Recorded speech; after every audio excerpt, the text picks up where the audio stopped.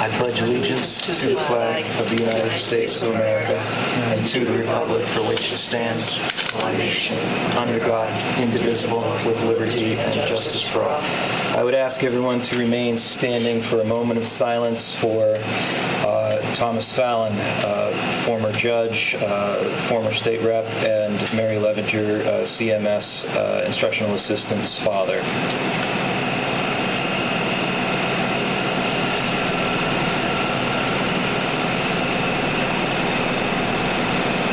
Thank you.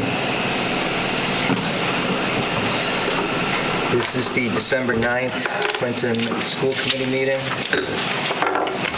Could we begin with a motion to approve the bills? So moved. Thank you. Is there a second? Second. Motion having been made and seconded to approve the bills. Is there any discussion? There being none, all those in favor? Unanimous? Yes? Yes. Thank you.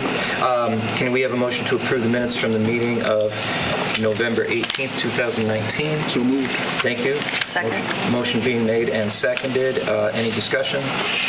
There being none, all those in favor? Unanimous. Thank you. Sophia.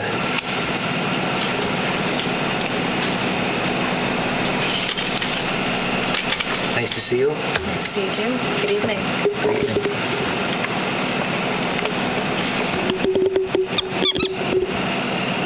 The First Robotics team will be kicking off their annual bridge building / breaking competition tomorrow evening at 6. In this competition, teams of students and their mentors will have 1 week to build a bridge that will hold more weight than the other competitors. Next Tuesday, December 17th, the team will host a free pasta supper for the participants and their families, followed by the competition in the auditorium. The public are welcome. First Robotics kicks off their real season on Saturday, January 4th.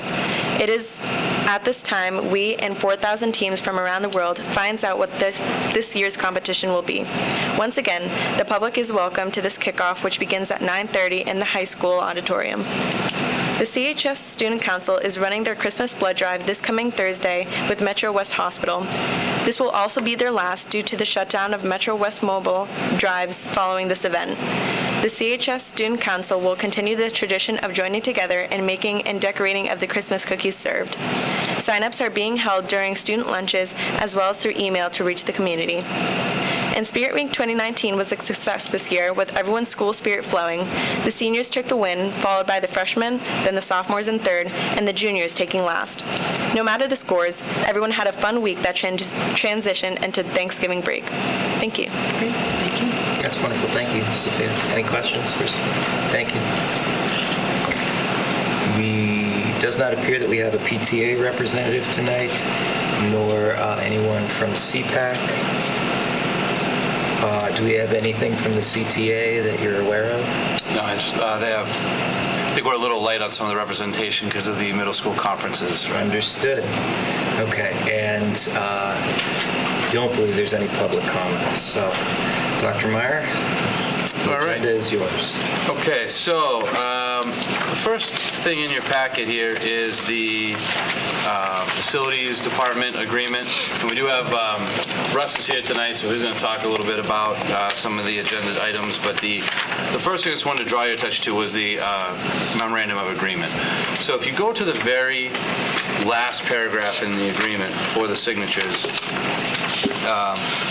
it says this agreement is effective on the last date of execution by the signatories as shown below by authorized votes of the Selectmen and School Committee and shall remain in effect unless revoked by the School Committee or the Board of Selectmen. It is the intention of the parties that this agreement be reviewed after 3 years from the effective date. So the effective date, I guess, technically the way this is written would have been December 2nd, 2015, although we know from the time that it actually was agreed upon until the time it got implemented, there was some lag time, and even now we're still in the process of really kind of, like this July 1st was the first year that we've actually kind of got the accounts sort of the way we want it and everything. So it's almost like this year is almost like the first year that it was formally implemented. So I know that Mike Ward and I met, we read through the agreement. We didn't see anything in this agreement that we felt needed to substantially be changed at this time. We were thinking that this could just sort of be, use this as an opportunity to sort of say we're informally reviewing the agreement right now with the understanding that, we want to do a more formal review probably in at least another year or two after the department, the full contract has been executed with the facilities department and they've had a chance to operate that way. That was our recommendation, but obviously, I'm bringing it to you to see if you guys have any major concerns.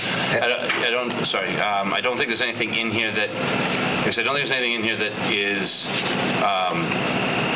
prohibiting anything. It's not holding us back. I don't think there's anything that's keeping us locked into anything that we don't want to happen, so. So I'll take questions in just a second. I have one. Is Mr. Ward concurrently reviewing this with the selectmen as well? Yeah, I believe we brought it to the selectmen's attention. I think it was also the Government Affairs Committee looked at it too, and it was there. And neither of those groups feel that anything needs to be amended? They felt like reviewing it at this point would be almost a little premature because we haven't actually got the whole system kind of running the way it was designed yet. So I guess my follow-up question to that is, via the selectmen or the other board involved, is there a timeline as to when this agreement will come into full action? In terms of like when everything... In terms of the department. Yeah, I think right now we're pretty much there. I think they're saying, the thought is that this past July 1st we had, so about almost 6 months ago, 5 months ago, when we kind of transitioned over into one, when the facilities department basically went to the town as its own kind of department. That was like the main first step.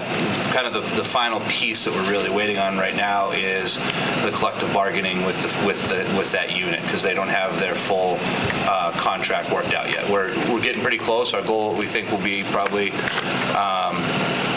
hopefully pretty close before we get a couple of sessions in the next week or two. But I think that's really the last kind of domino for us to say that the facilities department's kind of running how it was envisioned, at least according to this agreement. So I don't know if I guess the idea is just for us to sit down right now and try to hash this out and say, what changes do we want to make? It might almost be too early, just because of how it was implemented. Yeah. No, I understand that. So I guess what I would do at this point is just ask the board if there were any questions that you want either the superintendent to answer or the director of facilities to answer, and or to direct the superintendent to ask the other boards about this agreement. I think the only question I would have is, now that we're 3 years into it, but really feeling like we're our first official year, do we still feel like the document reflects what it is we envisioned? Yeah, a lot's probably changed. So some of it has changed, but for the most part, when Mike and I read through it, we tried to read through it with the lens of like, is there anything in here that that's not applicable anymore? And we didn't really find anything that was just not, if it was maybe something that was mentioned that has changed a little bit, but it wasn't something that was like locking us into a system that's not what we're trying to move towards. Okay. So that's what we felt. We felt there was nothing this didn't present an obstacle. That's what we felt like. So do we, or has the select board taken any action, or have we, by virtue of this being a public meeting, taken the action we need to take relative to this? Yeah, I think if we're comfortable with this as like an informal review, at least we can say that we've done an informal review, but I do think it is the intention of the Board of Selectmen and school committee to try to, and hopefully once, maybe another year or two, once we have everything all put together, to probably officially do another MOA that we want to have, more permanent. Everyone's all right with that? Okay, thank you. All right, thanks. All right, so now, Russ, if you want to come on up, the next couple agenda items are just updates from the facilities department. The first one I'll talk about, unfortunately, with the MSBA, I did receive a call today, from the MSBA. We did not get accepted into the recommended for the MSBA program for the middle school this year. There were 61 schools that applied. There was 11, they invited 11 in this year. They said that, they look at a bunch of different factors, including the reimbursement rates for towns, the scope of the project for, the number of students it would be servicing, those types of things, and they try to maximize their impact. So I asked them if there was anything differently we could have done with the statement of interest or anything. She said, no, the statement of interest was fine. It's just, they got to grade out the projects and look at what they can do in any given year. So we'll have an opportunity again to apply on, it opens up again January 8th, closes April 8th. So we'll be able to go ahead and, basically update anything in our state. They pre-populated for you with last year. So all we have to do is update anything that might have changed or, just double check we'll update our student numbers and those, square footage won't change, but we can do that kind of stuff. So we probably need to take a vote now if we want to continue to to move our statement of interest forward, because we have a tentative January 13th school committee meeting, right? But it has to be submitted by the 8th of January? No, sorry, it opens the 8th of January. It opens, It okay. closes April 8th. Because remember, I'll have to do the thing where we have that big formal motion, so we'll do that, and I have to get the selectmen to do it as well. Okay. So we'll have some time in there to do it. So were we encouraged to reapply? I know last year, one of the exciting things for us last year was, well, no, it's not going to happen this year, but we strongly encourage you to reapply. Yeah. I didn't Get that sense? I didn't get that same sense this year, but I think part of it was because I think last year, she did say, last year we had the site visit. They Right. didn't do a site visit for us this year because they just did one last year. They don't come do them all the time if it's a reapplication. So I think maybe last year, because it was our first year putting in for it, and because they came and did the site visit, they were maybe a little more positive in terms of at least letting us know that they do think that there's a project here. So this year, it was a little bit, and I'll still do some more follow-up before we do the next submittal, because this actually was the communication I received today. It was today. I spoke to them. It was because I had reached out to the MSBA. So they haven't even done their official notifications Okay. yet. So it's possible that I could get more information. When we had attended the MASC conference, Yeah. that I assumed that it was something along those lines, that MSBA had said that they would be notifying around the first week in December. Yeah. But then we had the 2 snow days, and so... Yeah. So their official board meeting to make things official is on Wednesday this week. They posted the agenda, so you can see the schools that were recommended and on that agenda. And so, I think I'll probably get the formal letter, and I might get a different phone call later in the week. But we'll reach back out, and then so we'll keep applying. I mean, they did 11 of 61, so there's not a lot of.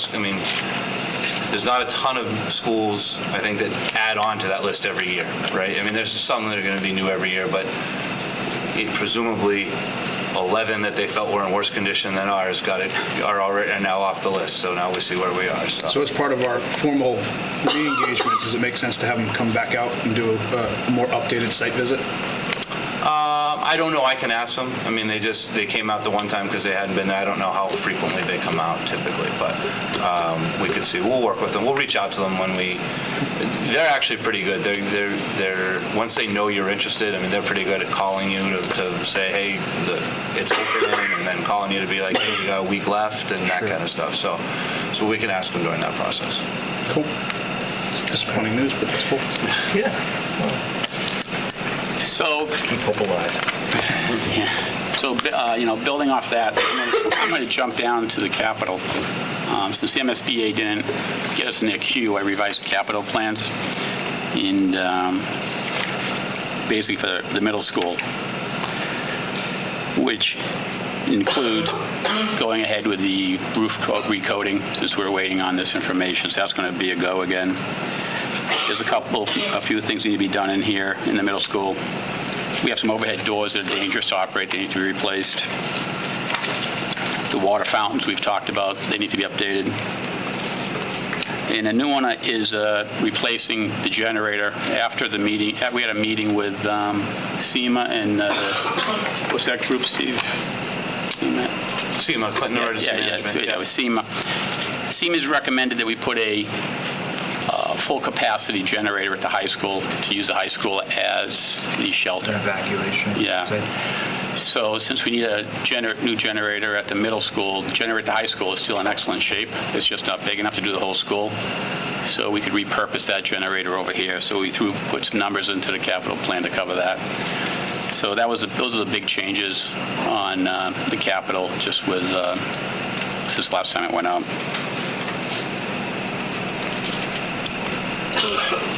You want we can to run- wait we- till the end, or you want? No, I was just Should go through? I was going to run down by school. I just want to highlight that one here.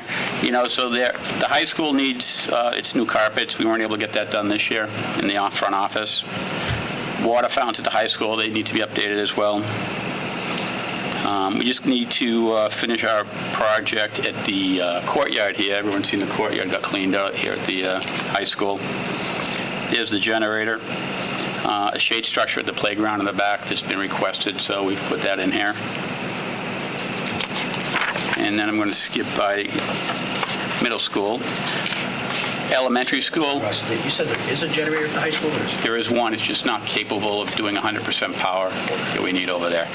And So what we've really talked about at the emergency management team is that the building that makes the most sense right now to use as an emergency shelter is the high school, because we have the locker room facilities.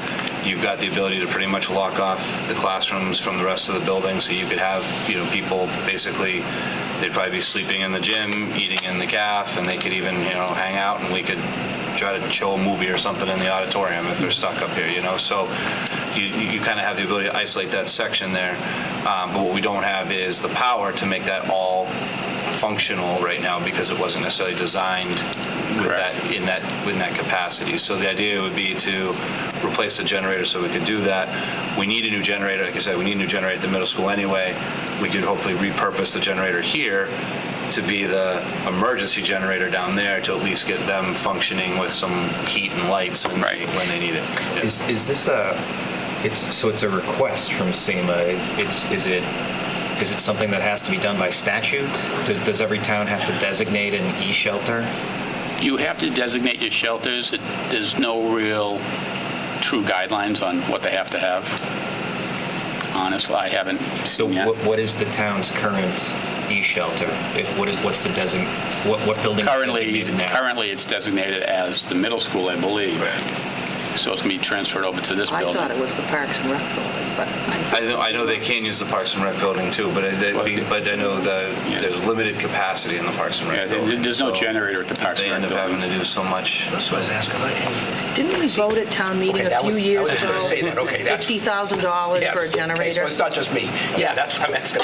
We did. For the Parks and Rec building? No, No, for the for school. the middle school. Yeah, to do what we're saying we're doing now. Oh, really? And that, I mean, it's been, I've heard that comment before. I have seen I the just record. wrote it down because I was losing my mind, but I'm going to go check it Yeah. out.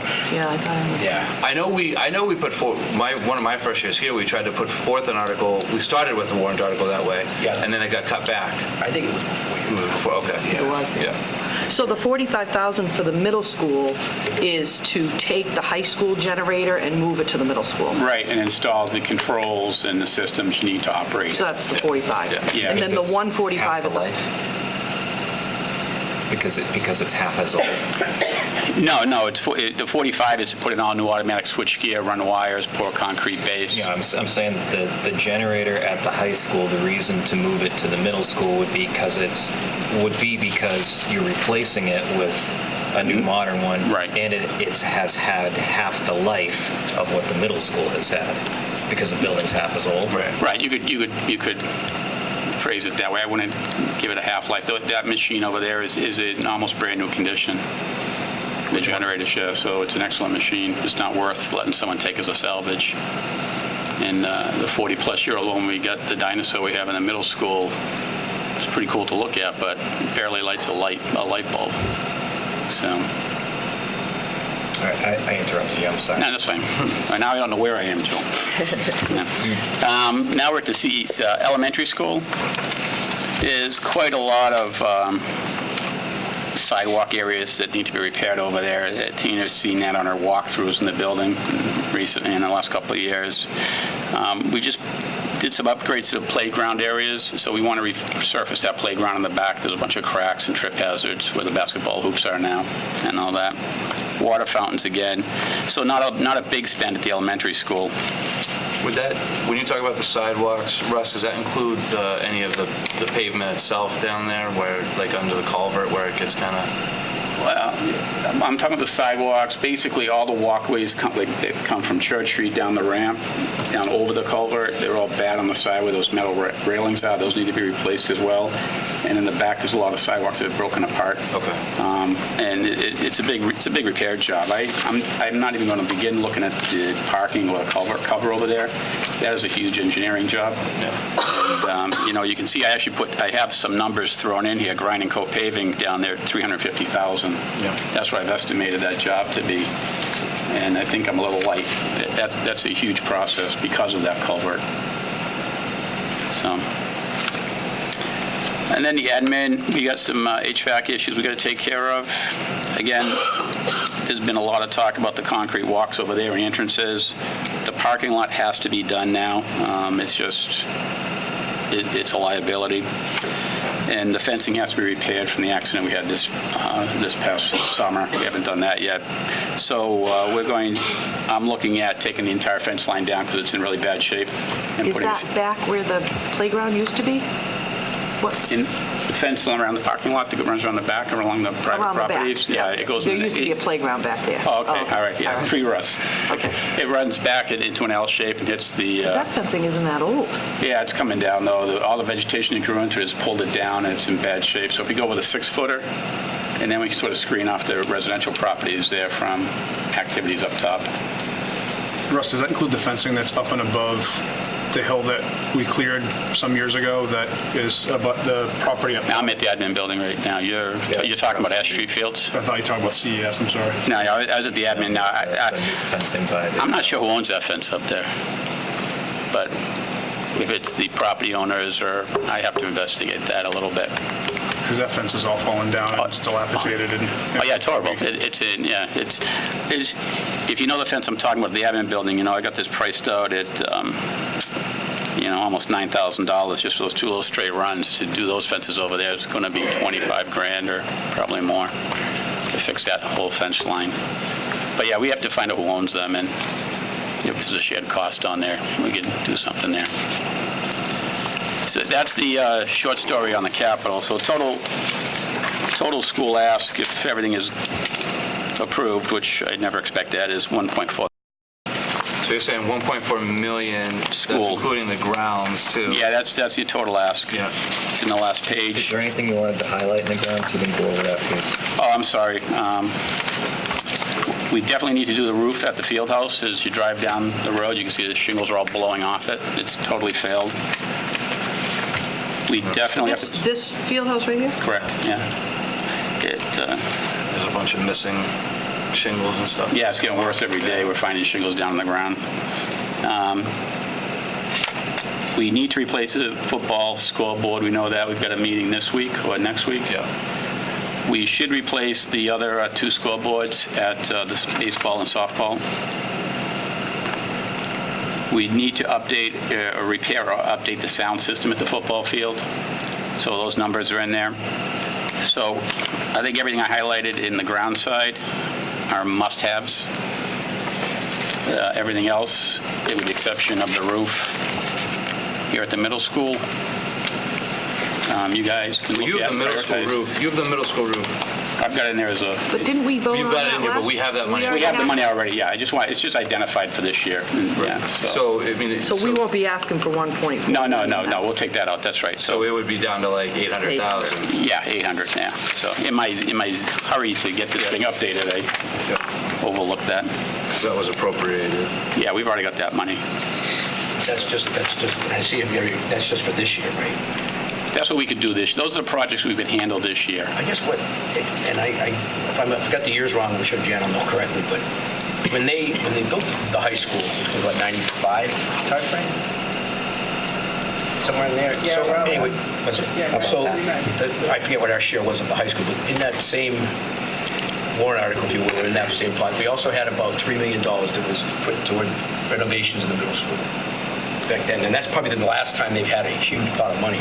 Is it worth doing that? I mean, we could told no. I mean, this seems like again, I got nothing wrong with this. Seems like we're patching. Is it worth just saying, hey, listen, instead of 1.4 or 700,000, here's what we need to do to get that school back to, new. Back to me. Last time we put a lot of money in it was 25 years ago or whatever. Is it worth, doing a huge dump and fixing everything rather than I like this, but it seems like we're just patches on stuff rather than dumping it all in and fixing it all at once. It is a patchwork site because there's been a lack of preventive maintenance and, stuff going on over the last years, for whatever reasons, and we have to catch up. So if there was a pool of money and the town was good with that, that's a good way to go. And then the board can decide what they want to move forward on as far as projects. Because really, we need to replace a lot of door hardware over there, and that's tens of thousands of dollars. Every door is $2,000. The flooring needs to come up and be abated. That's a huge project over there. We need. They don't have it. Yeah, we can talk about, I think that's kind of the catch-22 we're in with the middle school, though, is it's sort of, right, yes, we know we didn't get in the MSBA this year, and it's like, how many years do you hold your breath hoping you get into it? Because, if we get invited in the program, now you're doing that stuff with, probably a 70% reimbursement rate. However, like we've mentioned before, it's 5 years from basically you get invited till you see anything. So Right, and that was 6 we know we're not invited, so we know it's a minimum of 6 right now. So anything, To say nothing of the fact that we would still have to commission a feasibility study and get the Approval, voters to yep. approve that we're going to have a feasibility study. So. And those are running 1.2 to 1.5 million right now. Yeah, we're talking 5. So, just, talking about the middle school, I've already priced out the flooring in here, and you can see I got it $3.15 a square foot, 140,000 square feet. That's $441,000 for flooring. So all of these estimates that you have here, I don't know what the protocol is, but for a town project, if it's over a certain amount of money, you have to get so many bids. You got to go 3 bids, or there's a state bid list. If it's under $50,000, you can come right off the state bid. But typically, you want to get 3 bids for your best price. So for anything. Based on the town's kind of bylaws where they're set up, anything over $50,000 is also going to go through the building committee, which I'm on and Russ is on. So the building committee, the town building committee would look at that to help look at just get other sets of eyes on the bid specs and look at the bids and vote to approve it and that kind of stuff. So say the $55,000 for carpet in the high school offices. Was that an actual quote? Like we've gotten 3 quotes already, and that's the lowest quote? That's a single quote that we got, and we'll use that as a budget number. Okay. And then when we decide we're going to go ahead and do that, we'll go out to bid on that. Okay. We'll bring in vendors, and we'll take the lowest bid. And then my only other thought, when I say we take and use that one as an example,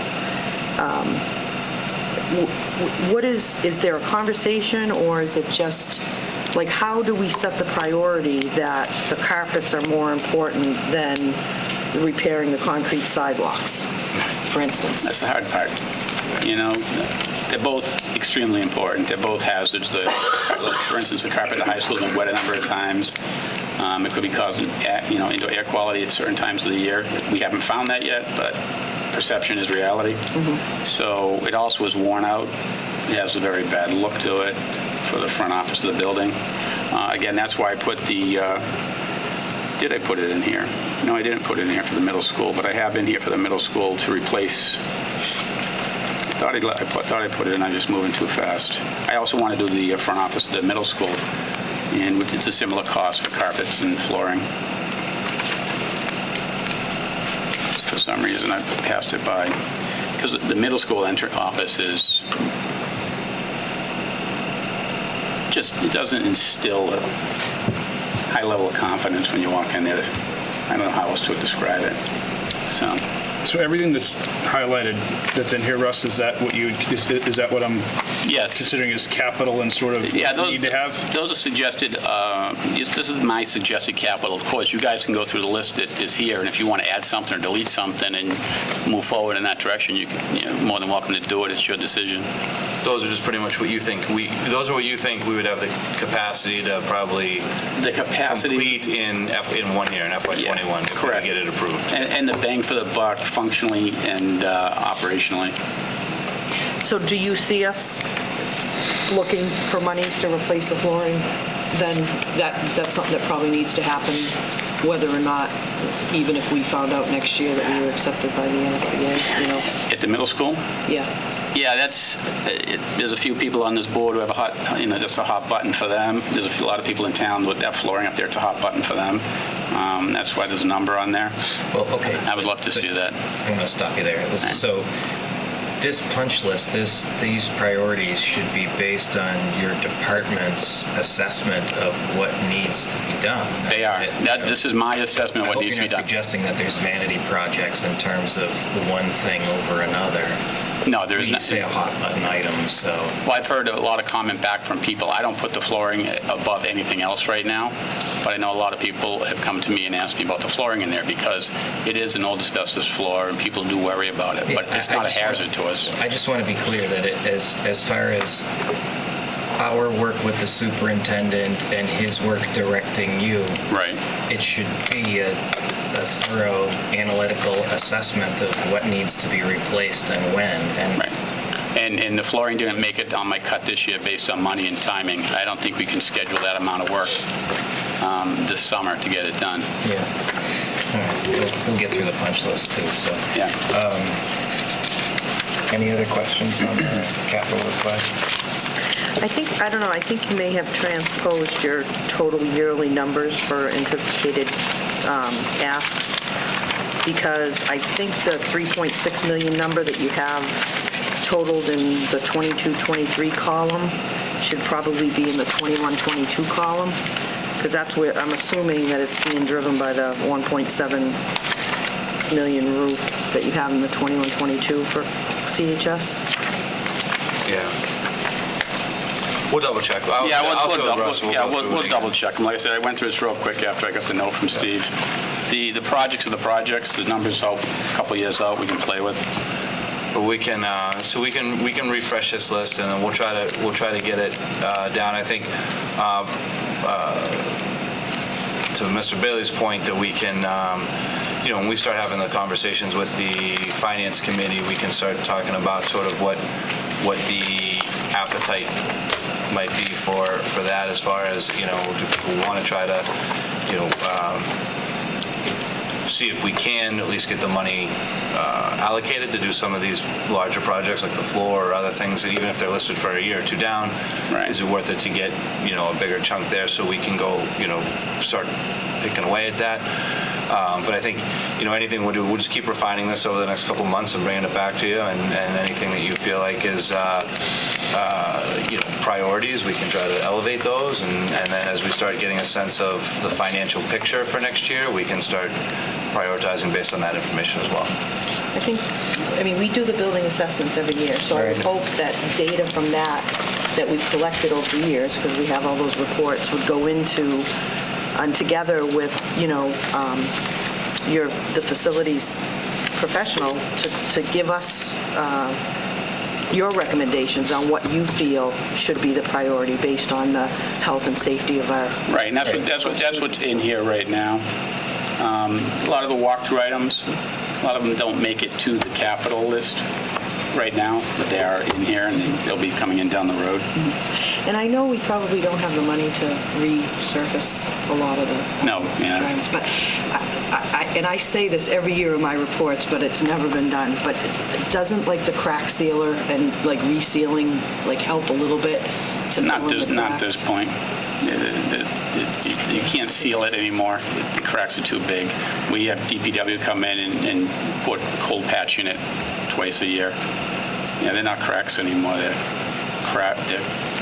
canyons. So you'll see a lot of cold patch twice a year. That's what they're doing for us. So I have two questions. One is in regard to the roof, since now it's back on, which quite frankly, I didn't know it was ever off, to be honest It with was, you. yeah. So, It wasn't really off. It just, we knew we weren't going to make the, winter.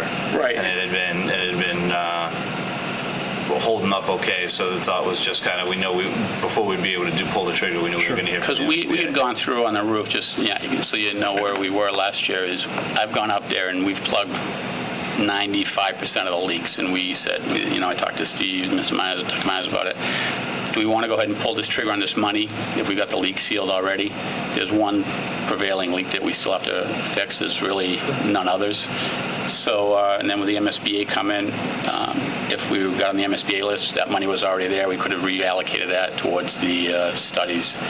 So now it's not. So we're going yeah, I totally. back to Plan A. I totally agree with that notion, but I also believe that if that was the case, that's the first step we should have taken before we asked the town for $700,000 for a roof. So if we assumed that we could go up there and plug some holes, and then 90% of the leaking stopped, I mean, we're going to our taxpayers and we're asking for $700,000 for a new roof, and we're here a year later and we haven't spent the money on the new roof. So, and I would rather be thorough than to be like snap judgment. So I'm glad that we didn't do it if we don't think we should.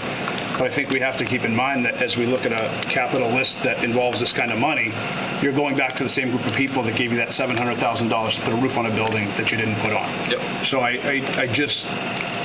we need to be mindful of that, because I think, prioritization, I think, Tina, you said this, prioritization is key. Regardless of how many things are on this list and color-coded, like, we need to have a level of confidence in where we want to prioritize it, because we know we're not going to get it all. Like, it's tough. It's tough. Resources are tough. To your point, we prioritized the roof last year. Yeah. I mean, that was the number one priority, was the middle school roof, because basically we know if we're leaking, we're going to be fighting. You're going to be fighting mold. You're going to be fighting anything else. You know what I mean? So, I think that, I think we had the bid. Do we have the bid specs ready to go? Yeah. So I think, we should be able to get that. I know we had met with the building committee about that, so Right, we get that done this spring as soon as we're able to get it on, and at least that way we know we've protected the envelope of the building for at least the next. Yeah. To your point, it could be 6 years minimum anyway. So. Right. Yeah. In general, what is the roof life of, like, I was a little bit surprised to see a new roof already after whatever it is, 20. Roofs last 20 years. That's it. No, building's probably 40, right? Easily. That Yeah, one's that 40. that roof's a little about 21, and one section of it's about 10. This roof is on its way out. That's on here also. It's about a year or two out. Needs to get replaced. So we should probably plan ahead for the elementary school. In The another elementary school, 10 years. if yeah, we're gonna need it's a roof. different roof, being a pitched roof. The building's a little newer. It's in fairly good shape. It's in better shape than these roofs are for whatever reason. Well, it's a lot newer though, right? Yeah, a couple of years. Yeah. But you're right, to your But- point, before we know it, it's going to be Yeah. 3 to 5 years down the road, and we are We're going to gonna- need it, yeah. Yeah, we haven't had any leaks over there. So, knock on for Mike. Well, we had that one big section. Well, that was a piece of Yeah. flashing came off. We had another piece that came off too. We can't put back on until spring. So, I feel like proportionally we have just a lot of less square footage of roof area over there, kind of. yeah, because it's a taller building. It's a taller building, It has yeah. less footprint. These buildings are spread out. That's like this. So, and so it's different. 20 years is what you estimate. So I can go back to the list. We talked about the roof, the school safety grant key card access. That's in process. That will be completed hopefully by the end of next week. I think by the end of next week. They've been here installing. They've been here installing. We've Running got wires. 9 points of entry here, I believe, in this building, and 2 points of entry by key card access next door at the middle school. And going along with that is, I think you've talked about policies, procedures for the key card access system. So that's the next things that will come along.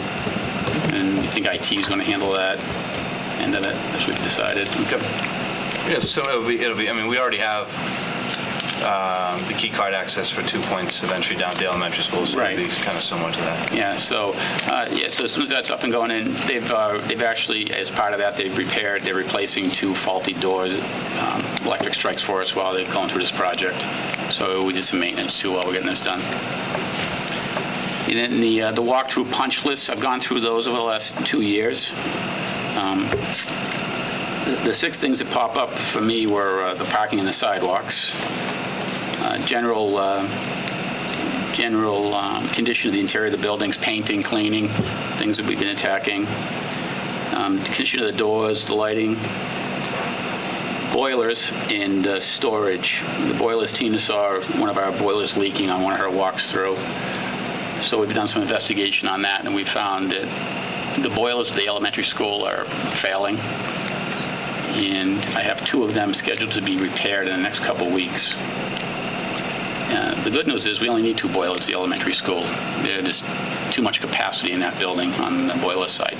Same thing here at the high school. The high school boilers are 2 years older, give or take, than the elementary school. They're the same boilers, and they have the same problems. So seeing the damage we've got in the boilers, I haven't talked to Dr. Myers about it, but we should look at a boiler program going forward for this building and the middle school in the next year or 2, and change these out to more efficient boilers and lower the capacities. We can lower our fuel usage.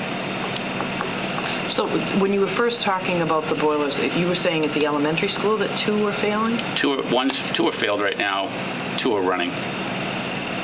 So And is that normal that a boiler only 10 years old should be failing? it's 17 years Is it? old. Okay. Yeah. We all think that school's like brand new. I always know. think that school's 10 I years know, old. yeah. Part of it, there wasn't proper maintenance done on them, and the gas boilers have to be cleaned every year. There's a lot of acids in the burning process, and it eats out the inside of the refractory of the boiler, and it actually eats the inside of the boiler away, and that's what's happened with 2 of them. The other 2 we can repair, and they'll limp on for a while. And we have, like I said, we have the same condition here in the high school. So. I appreciate the assessment and what this whole facilities department is bringing to the table. I'm sorry to bring it to the you. town. But the thing is that I just want to make sure going forward that we document.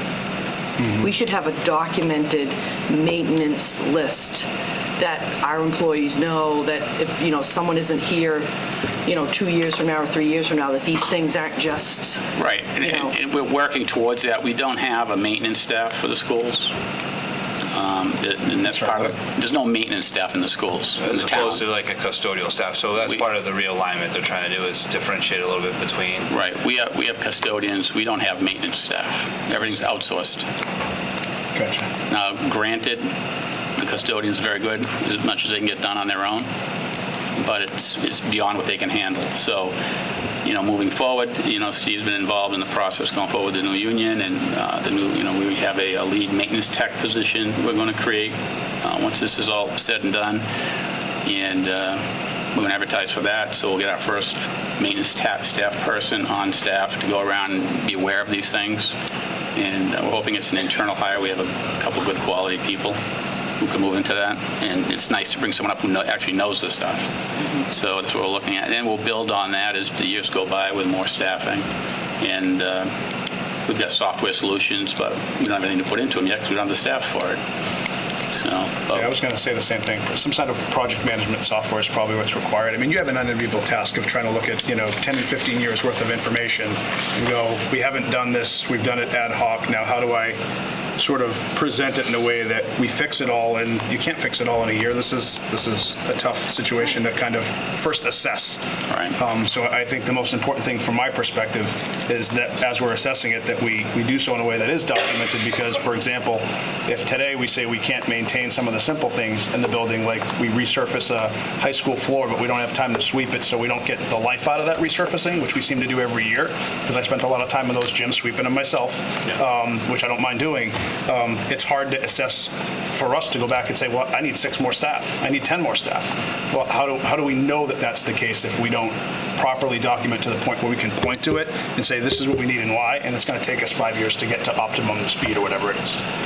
So those building blocks are huge. Yeah, well, this is a common problem across the district and the country, because staffing gets cut and then services start to dwindle, and And then they're all capital projects. And it all turns into a capital project, Yeah, that's right. and It's real easy to in tough budget years, it's really easy to cut preventative maintenance Yep. or whatever, and Oh, yeah. then you just everything turns into scramble mode. Whenever something fails, you call someone in to fix it. Yeah, and then we lost a custodian recently. Someone left, so now we're down again, and we'll be hiring that as soon as the contract's done. But that puts the stress on the entire system.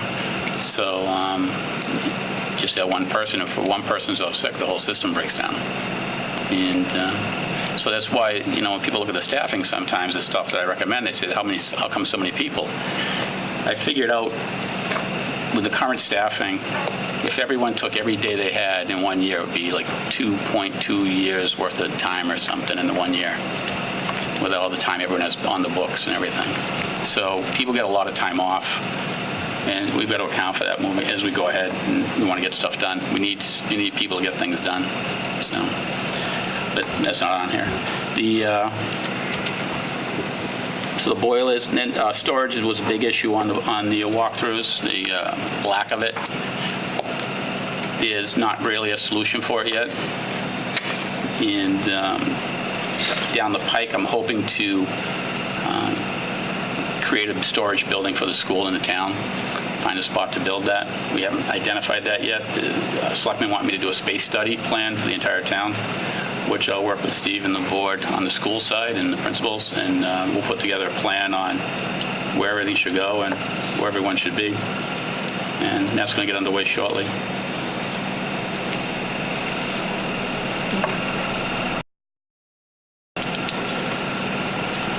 Any additional questions for Russ? Just two things. One is to Tina's point, and I know you talk about getting the tech down the line, but I really believe in just to throw out a person and whoever does it, but like the head custodian of every building should have, like you're talking about hiring someone new and somebody else sick, you obviously got to find a replacement.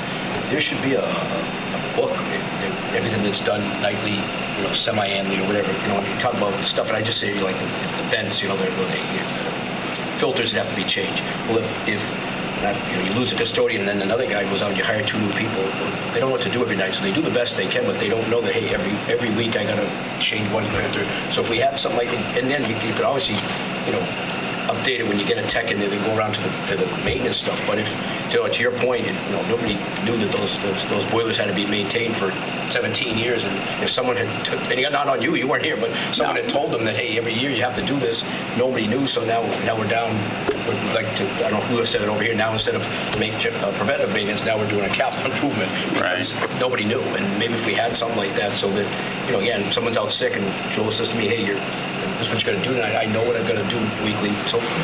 Yeah, actually, the boiler issue was brought to light about 5-6 years ago by the head custodians, and nothing ever got done about it.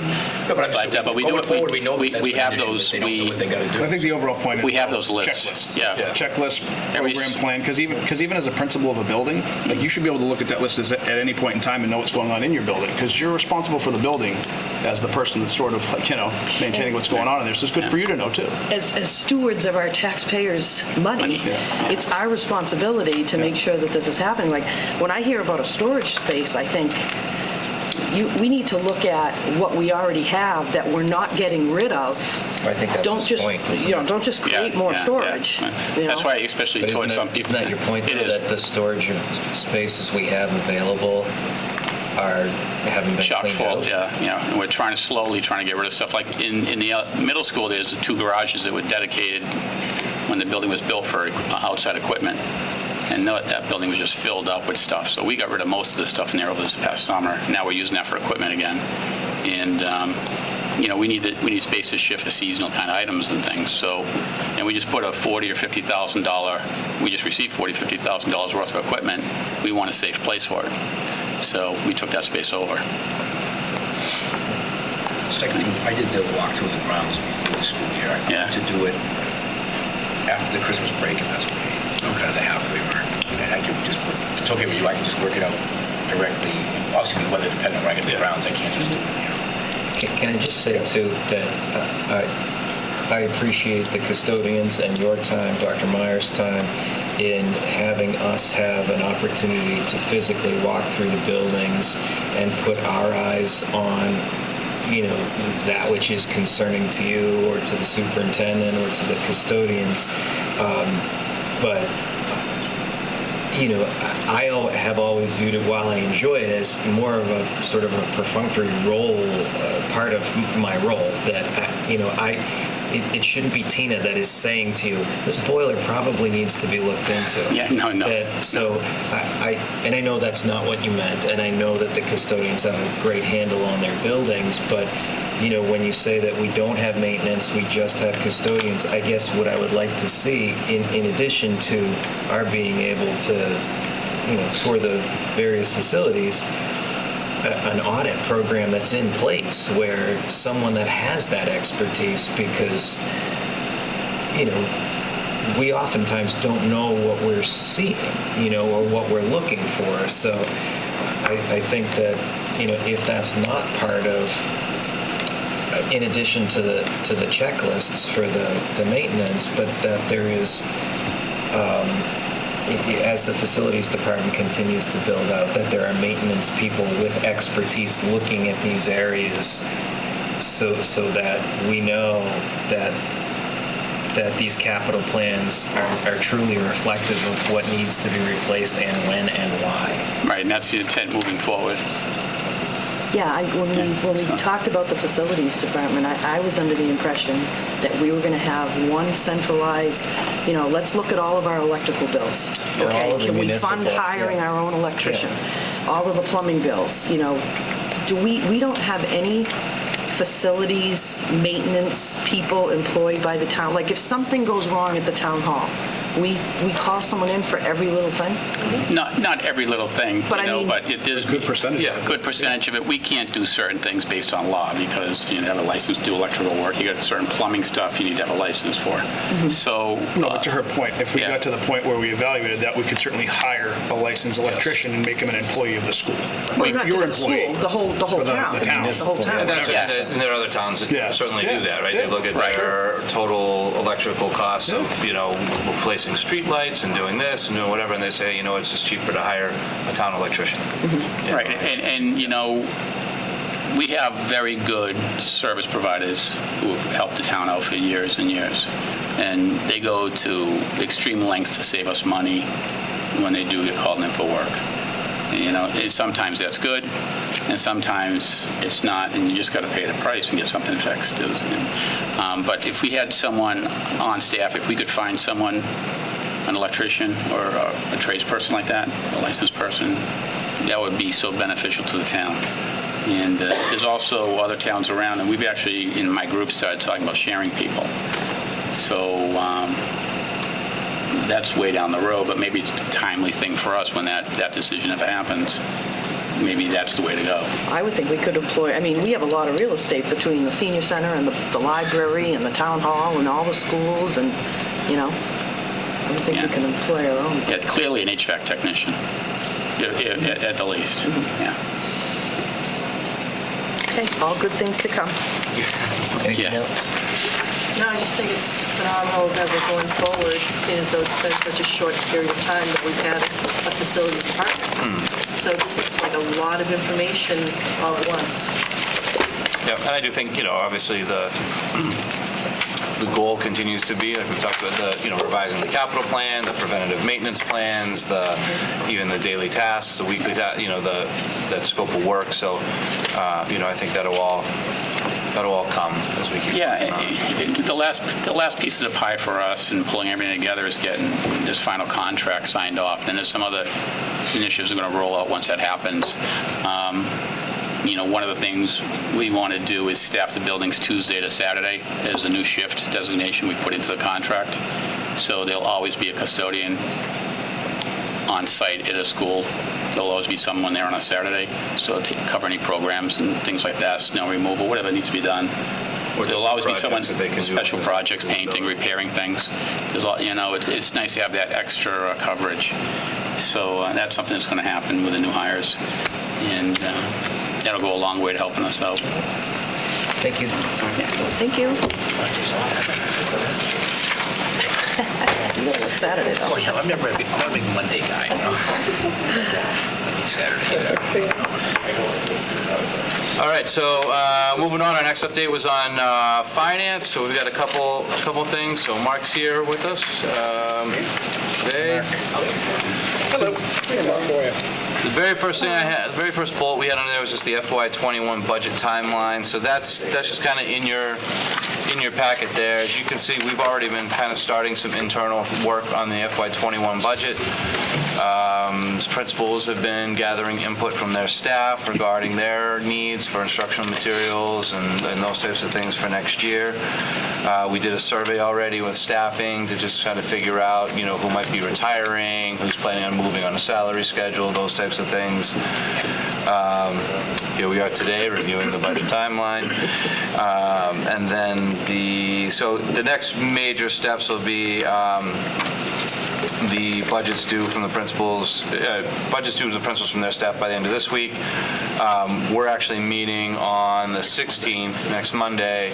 It's going to be Mark, Annette, myself, and then we're meeting for like half-hour increments with each principal just to go over their requests and get a sense of where they are, because our goal is to try to get that budget compiled by the 17th, so we can have kind of a preliminary budget. And our goal is to get it for the school committee, ready for the school committee on the 27th. So what we'd like to do, remember the 27th is our next tri-council.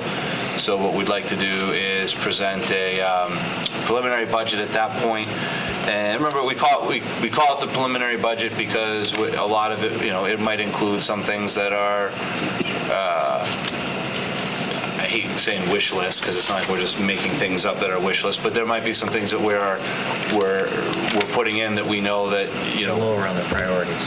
that are lower on the priorities. Correct. That then as we go from that preliminary number, then we can work with, as we get the information from the town, from the state, we can kind of work into a number that we can all agree upon, and hopefully it's one that's going to allow us to still, hopefully with the Student Opportunity Act, we'll be able to, we should see an increase. And I know that recently passed. I know I looked at the recent advisory they gave us on it. It was very similar to the advisory I provided to you when before it had passed, so I didn't put it back in the packet. But as we continue to as we start getting the harder numbers on that again, we'll update you on that. So that's just kind of where we are on the 21 budget, and like I said, we'll present sort of, we'll use the other driving forces, the strategic plan, our data, what we're looking at, our enrollment. We'll try to put all that together, and then we can work together to prioritize from that preliminary number as we work forward. And you'll work with Russ then? I see the capital requests are due on 12/20 as well. Yeah, so that's part of why we wanted him to present this, because we want to Okay. try to start coming up with some ideas of what The priorities. what are the priorities and what might we really be looking at in terms of, if we were going to go with, what's the minimum maybe for next year as far as these are the emergencies we need to repair, and then what's the, what's kind of the, if we could have our way, how would we like to do it? The FY20 year-to-date update. So Mark and I were working on this together today. We're still having a little bit of difficulty getting the payroll software to sync up to the Infinite Visions. So this was all stuff that previously we've done this all manually. We're trying to automate that process, and it's not quite working. So we have the numbers, but we have them in sort of scattered different, we have like the Excel spreadsheet for staffing, and then we have the Infinite Visions for our non-staff items. So right now, our FY20 budget, we're tracking well. We have a few items that are a little bit over, but most of it's because there's some things that have to be applied to grants. And then our staffing, we're under on staffing right now. So our goal is also for that, we were talking today, we think for the January 27th meeting, we'll get you a Q2 update on exactly where we are at the halfway point of the year for FY20. The budget's looking good. At least with the salaries that we've moved and we've looked at, we don't have problems with the changes that we've made. We don't have any major overages in any of the non-salary lines, so it's looking good. What we need to do is get to the point of doing one of two things. if Harper's, which is our payroll vendor, is able to complete their process of being able to give us an upload, then we can upload all the salaries into Infinite Visions, which will give us the total picture of where we stand, encumbered salaries and spent salaries. If not, then manually we'll do a calculation in Excel and we'll add it into the worksheet, so you'll get the same thing, but we'll just do it manually so you have a halfway point view of where we stand. But So either way- we're not anticipating any problems. Yeah, right. So either way, on our FY20 update, we'll get you a quarter two snapshot on January 27th. The FY19 end of year report. There's I think. Yeah, I handed out this report summary. I mean, the end of the year report is a huge spreadsheet, so we tried to find something that was kind of a quick summation of the work that goes into it. So basically, it gives you the net school spending calculation, what went into FY19. Funds that are expended by school committee, which includes the local budget and any grants and revolving accounts, and then the in-kind services from the city or town that they charge to the school, which also contributes towards net school spending, and then the total budget that was used in the town of Clinton to fund the schools. And over on the right, they show you FY18 because what DESE does is they do a calculation, because if you didn't make net school spending in a prior year, you have to make it up. So they always show you whether you are in deficit, which obviously the town of Clinton wasn't. It was $4 million over required net school spending, and it's over again, obviously, in FY19 as well. So that's kind of a snapshot of FY19. And I think that's something that we like to try to remind people. When you see our budget number, sometimes it can be misleading, because if you see like the school committee net school spending, the $20,494,000 that we had for FY19, usually that's that number that we get kind of approved, right? So we get that number, our budget number approved as part of the town's budget, and it might say like 20 million. And then you can sit there and say like, okay, well, I worked in a regional school district before that was smaller than Clinton, and our number was like 23 million. Well, it's because as a regional school district, we had to encompass all of our costs, including the health insurance and everything else. So that second column of city or town, I didn't have one. A regional school district doesn't have that. So really, when you take that's that indirect cost, those chargeback agreements we talk about, where basically, you can see that the town, $2.4 million in insurance is paid out from the town. The town pays it directly as part of the benefit, but that goes to school employees. So that there is that additional, basically $5.5 million that the town is contributing towards the operation of the schools.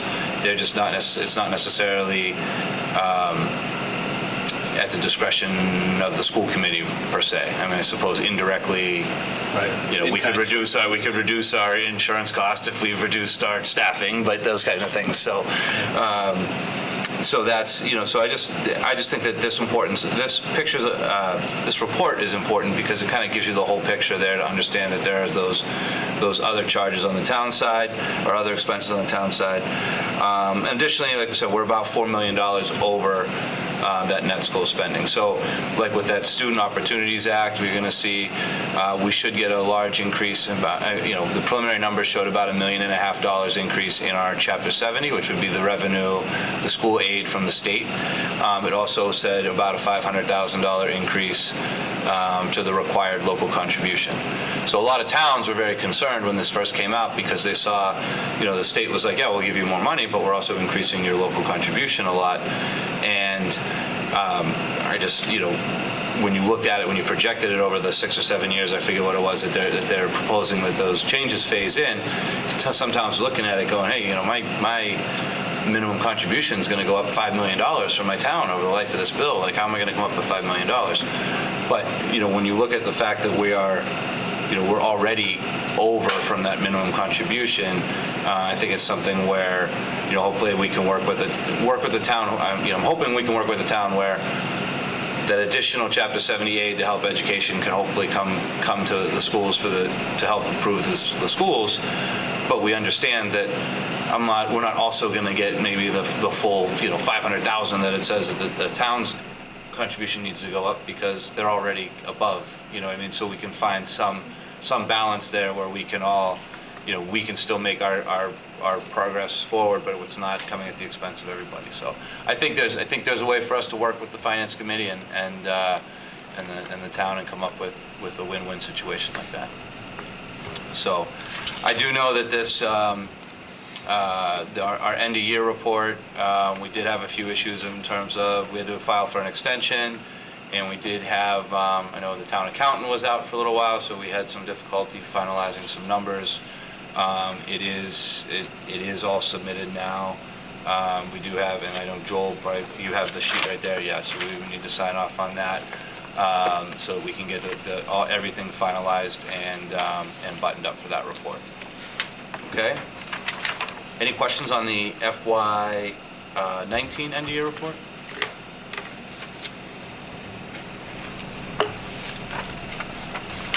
All right, so the next thing in your packet is the indirect cost agreement. So this is that agreement I just mentioned. So all those numbers that come in that city or town column, that 5.5 million, basically when we come up with that number and we say 5.5 million, eventually we're going to get audited. And an auditor is going to want to, not eventually, every year we're audited. And the auditor is going to want to say, how did you come up with these numbers?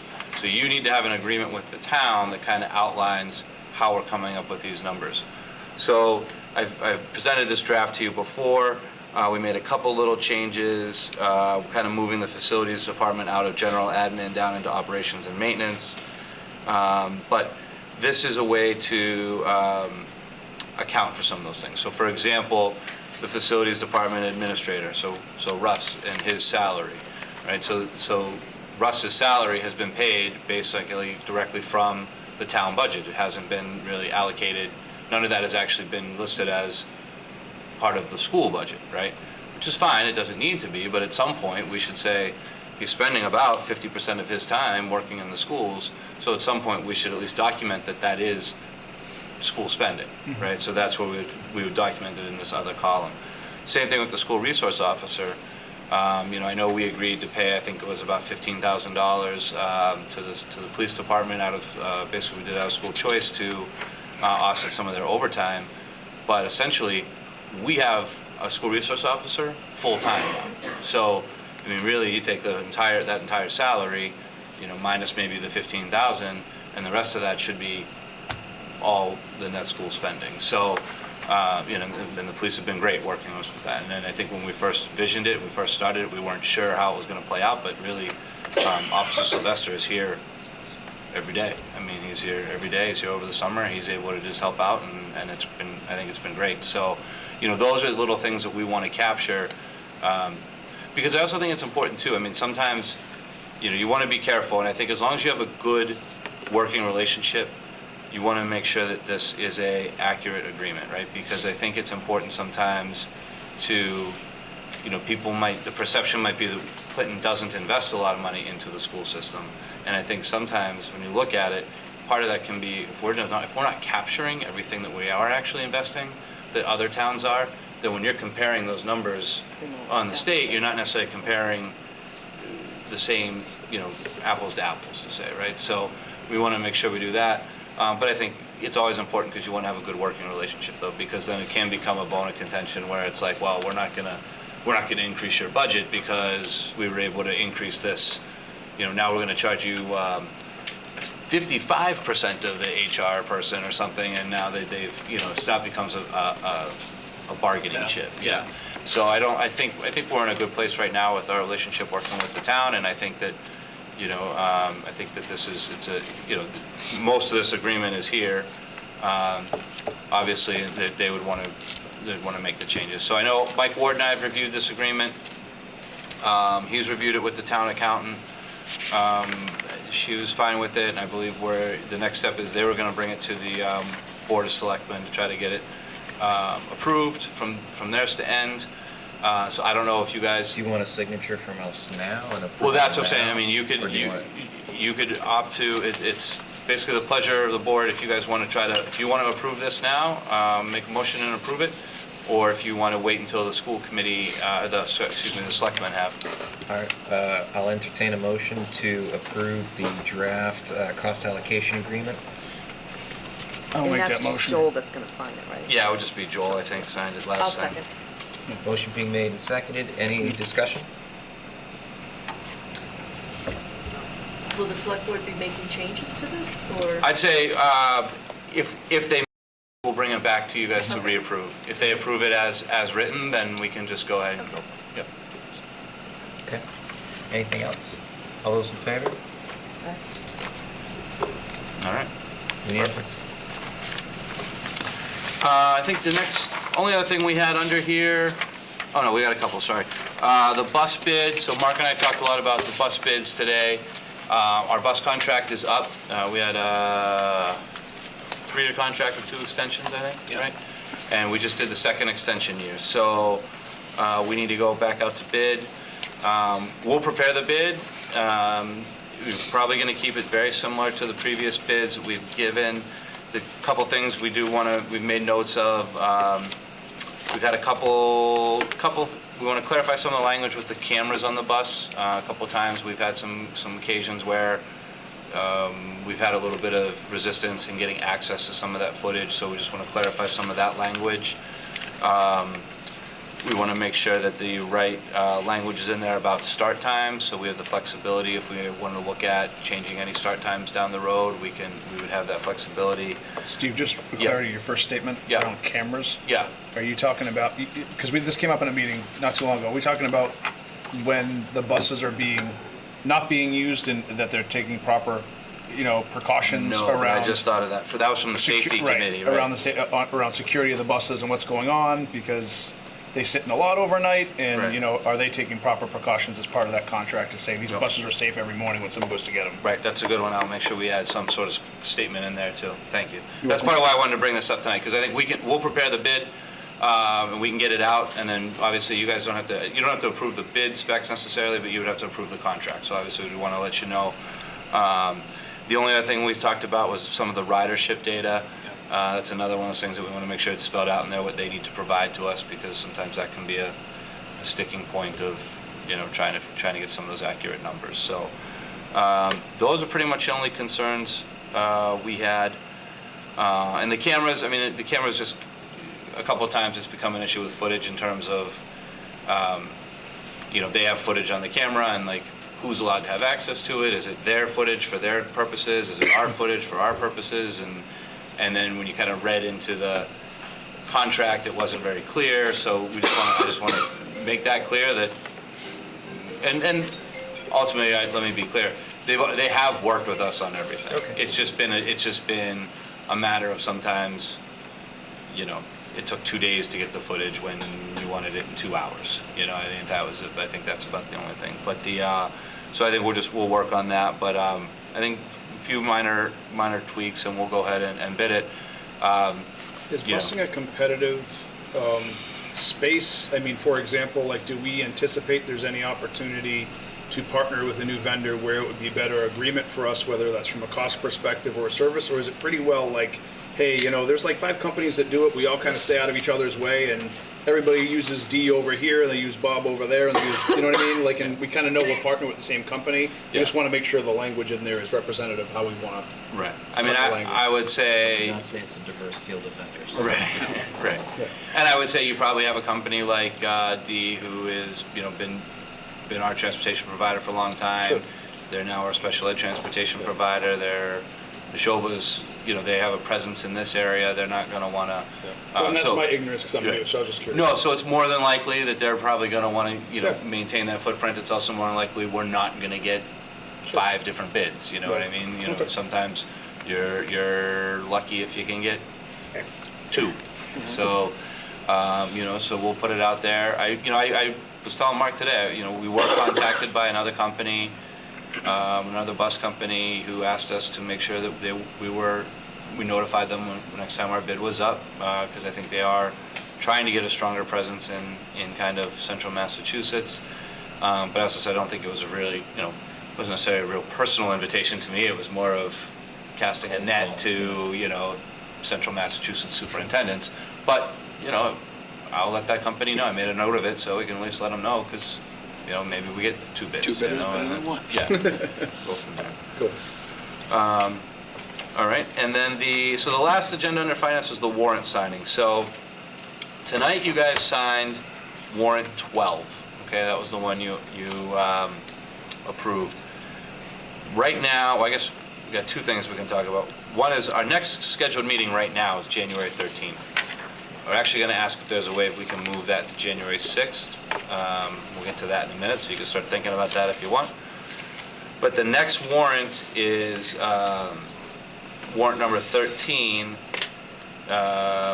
Basically, it would be good if you guys could sign it on December 13th.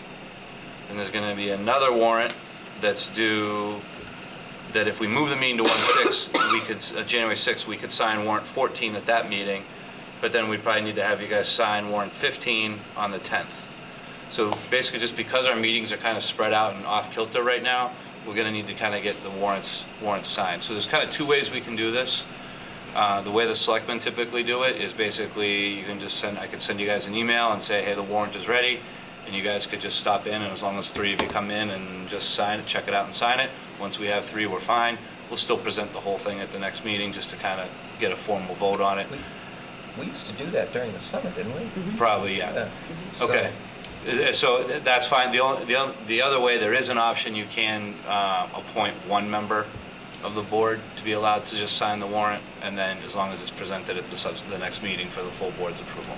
So I just, if you guys are fine, if you guys all want to just come in and sign it, like you have in the past, then we can just send you an email and say they're ready, and if we can ask you to try to come down in a couple-day time frame, then. For the most part, it's a different board. What's your feeling on it? I'm flexible, so, I'm right in My- town, so my I'm only happy to issue go is in that and sign it when I ready. leave town at 6:30 and don't You get know, back till We're all like 5, relatively so local. So I it's- don't know if yeah, I'd it's be not a problem. available during the office hours. I only need 3. Oh, okay, all right. I only need 3, and I can walk 2 blocks and get 2. So, I think, I'm available 8 to 4. so I think that's fine insofar All right, as it so- works for your office. Yeah, You'll- that's okay, We'll yeah. get emails then for before December 13th and before December 10th. Yeah, so probably right, as soon as those are ready to be signed, which might be a little earlier in the week if we get them done, then I'll send you an email saying that, warrant 13 is done, it's available in the office to be signed, and then, like I said, if you need, just if need it's to- easier for me to just jump in a car and run, or, if I'm running up to town hall anyway, I can bring it, or I can run up to the senior center or something, if that's easier, So- or if you guys want to come down and sign it. Warrant 15 won't be ready for us to sign on January 6th? Warrant 14 will. Warrant If it's- 14 will, but Yeah. warrant 15, Will that's fall in just a few between, days. right, we're going to miss it. Oh, okay. And then, if for some reason it is ready, then Okay. I'll get it to you, but, if we have it done, but we might not, because then our next meeting's not until the 27th. Once we get back to that meeting on the 27th, we'll be synced up with With the the warrants again? with the warrants again. So I'll make a motion Yeah. that we move the first January meeting to the 6th. Second that. Motion being made and seconded to move the January 13th meeting to January 6th. Any discussion? 13th is my birthday. I thought you guys were having a meeting for me. No, we knew that, so we were moving it, so you could. Would you like to amend your motion? Could you amend your motion to include a cake? That's what you were thinking too? It was, right. But no candles, that's too many. Working me. Any further discussion? All those in favor? Unanimous, January 6th. All right, and that was the next one. All right, and then, so thank you, Mark. Thank you, Mark. Mark, thanks very much for everything. And then the FY20 Teacher Diversification Pilot Program Grant. So done. we did apply for the Teacher Diversification Pilot Program Grant. We were awarded it. It was a little bit different. We had applied, part of our grant application narrative had included trying to apply for certain money that could be used for things like signing bonuses and things like that, which is one of the options, so we could try to attract diverse educators. Our grant was, so originally asked for $65,000. We weren't approved at $65,000, we were approved at $30,000. And then because it was cut, what they want us to do is focus that on professional development. So we'll basically be focusing on professional development for cultural sensitivity, anti-bias training, that kind of stuff. Can part of it be used to go out into colleges and universities that have a more diverse enrollment of prospective teachers? Can it be used for that, or? Yeah, I don't, so it sounds like, when I talked to them a little bit more about how they came up with the revised award amounts, this is more of a, you know, if you've heard the commissioner talk, this is one of his priorities, is diversifying the workforce. So Yeah. they have actually a vendor that they're working with. It's called TNTP now. I think it used to stand for the New Teacher Project, but I think now they just go by TNTP because they do some more than that. That group is working, leading different types of professional development in the state, including a diversity network. So we're now part of the diversity network, so we'll be attending that training on, that's like an ongoing group that we're sending our first group there December 17th. And then there's some resources that you get access to through that group. But that network and then this professional development, I think that's kind of their goal, is to try to share those best practices and those strategies as far as how do we do that recruiting? Right. How do we make our postings look more attractive? Like, what are the things that we need to say? Like, we've been looking at, you know, one of the first artifacts they want you to submit is like your strategic plan, just because they want to review, you know, say reviewing your strategic plan from a diversity lens. Is there a and saying commitment those, to this yeah. work? Yeah. So I think, you know, I think it's the data tells us it's clearly a need here. I mean, if you look at, you know, our teaching, I think our teacher population it was like 96 point something percent white. And if you look at our student body, you know, we're probably 60 something percent white. So there's a large, you know, there's not that, you know, your faculty and your student population, you know, you run that issue where they don't match, right? Which, it's not unique to Clinton. I mean, that's a statewide phenomenon, I guess, and then that's what these type of programs are trying to look at. This pilot program is trying to say, how do we do that? How do we? And one of the other things that they're going to try to, not try to, but it's another strategy that they're going to probably help us try to look into is, how do you try to identify even like your own students, you know, your own students of color, and try to say, you know, if they're interested in the teaching field profession, how do we support that and bring them back, and try to do those, so you're kind of growing your own sort of population too. So we are invited into that. We haven't done much work with it yet. Like I said, December 17th we'll be at a training at the DCU Center. It's going to be myself, Loretta, and Principal Cermak. Three of us are going to head down there. It's a three-hour networking meeting, and then I think we'll get a lot more information there as far as the direction to go with this grant and the best way to use it. Congratulations. Thanks. We don't need to vote to accept the grant. I don't believe so, unless you really want to. He's like, I'm going to accept the money with or without you guys. That's a no. So it's a no. 30 grand. We can take the 30 grand. Thank you, Governor though. Baker signed it. We're going to collect. Fair enough. Oh, sorry. So I know it's your report, but That's okay. Do we have anything from any of the committees? if you want me to just go briefly on a couple, or do you want? Well, I know Yeah. curriculum is meeting this week. Yep, there you go. I was going to say that one. At 3 o'clock. The 11th at 3, and I know you, unfortunately, we double booked you, so. It's okay. I have a school council meeting that I can't You warned us reschedule. about, and we still That's did. okay. It absolutely is not about me, so always go with the best time available for everybody. I regret missing it. Safety? Safety hasn't met. We'll probably be scheduling a meeting soon, but we have, I have been reaching out to a couple companies about trying to get some quotes and information about the crisis communication software, which is one of the things that we had left off at our last meeting. And so we'll probably try to schedule a meeting for the safety committee, probably shortly after the new year. Marketing?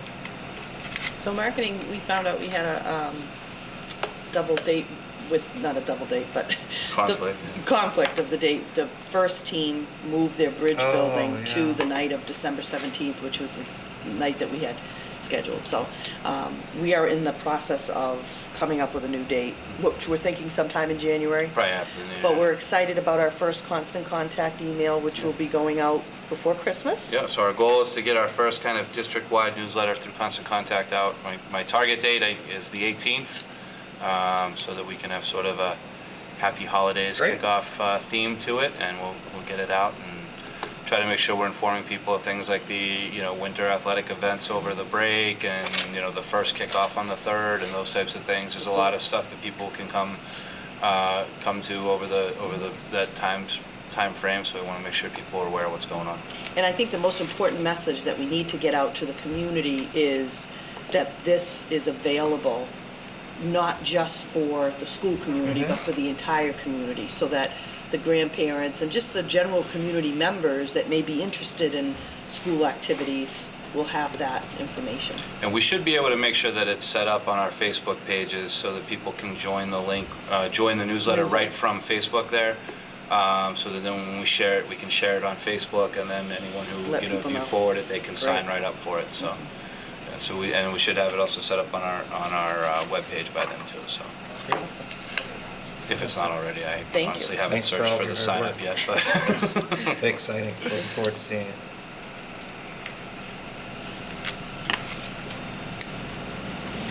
So there are a number of policies here in the packet. Policy hasn't met since the last time that since the last time we met. So there are a number of policies in the packet to take a look at. So there are 5 policies: the AC, JB, JFABD, JFABE, and JFABF. Those are the ones that the Policy Advisory Committee reviewed at our last policy meeting. And most all of those, I could say they're not substantial changes in terms of, there's not a lot that's discretionary in those policies, let's put it that way. A lot of those policies, the changes that are being made are because they're requirements. They're things that we need to, basically policies we need to have to be in compliance with the laws and regulations around things like homeless students and those types of things. So for those ones, we reviewed them. I think basically it was the MASC language that the policy committee had recommended adopting. There's another policy that is in your packet, JBB, the Equal Education Opportunities. That's the one that's in red there. It says not reviewed yet. The policy committee did not review that one. It was actually a very late one that's come up in the last few weeks, where the MASC has also recommended that one for review. So that one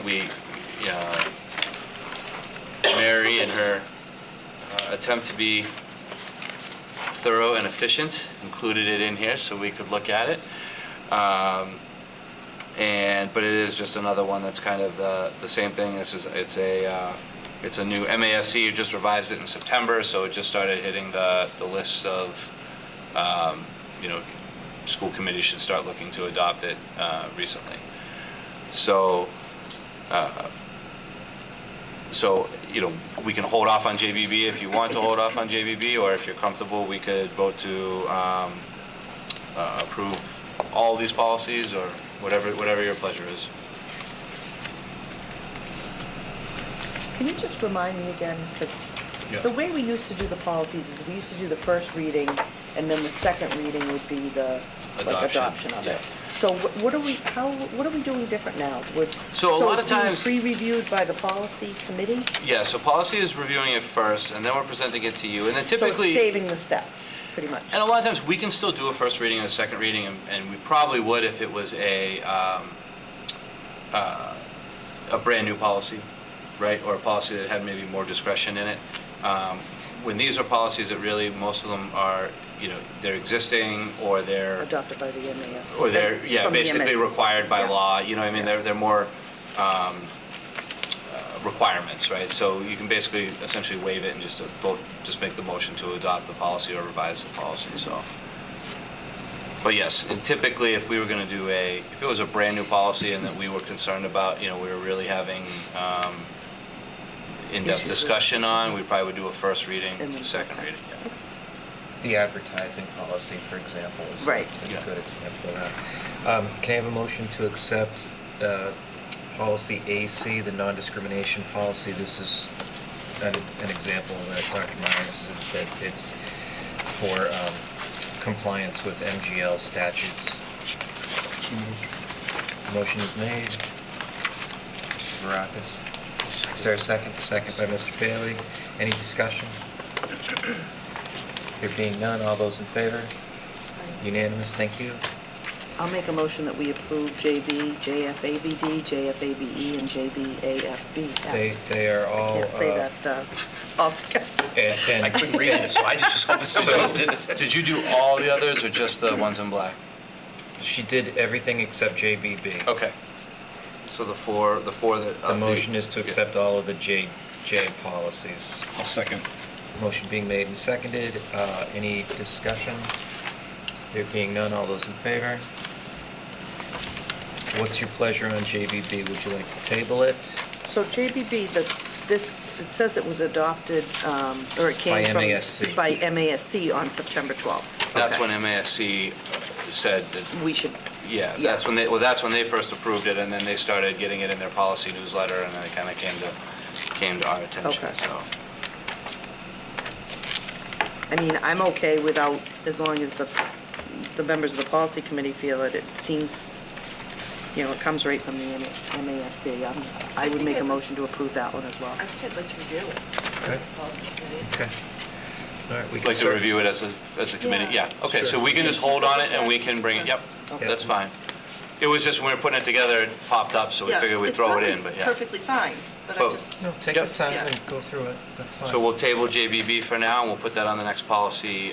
Next time we meet for policy, we'll go ahead and review that So one. a motion is made to table JBB from the agenda and refer back to the policy subcommittee. Would someone like to make a motion to table JBB and refer it back to the policy subcommittee? I'll make the motion. Motion's made, second it. seconded. Lost a step. That's okay. Any discussion? There being none, all those in favor? Thank you. Okay, All right. great. All right. I'm losing papers there. The facilities was the last committee. I know Thank you. facilities hasn't formally met. Obviously, Russ is here tonight to kind of give us an update. Yep. The next one is subcommittee, so I'll just let, it has the negotiations for Unit D on there, just to let everyone know that we have a tentative agreement with the Unit D. So they are, we're getting their signatures first this time, and Okay. then, so we should be bringing that signed document hopefully to the next meeting, which will be now January 6th, for formal ratification by us. So that hopefully we're finally done with that one, so. Terrific. Well done, sir. Thank you. I lost my other page. So, You got old and new? okay, thank you. Anything under old business?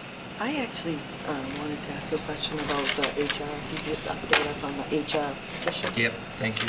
Good question. Where do we stand with So Mike and I HR? meant, I know that right now we are reposting that position. And I don't know if it has been reposted. Did you have your personal name? Yeah, today we talked about it, and it is going to be posted. Okay, but it hasn't been yet. Okay. So I know Mike and I meant to review it to get it reposted.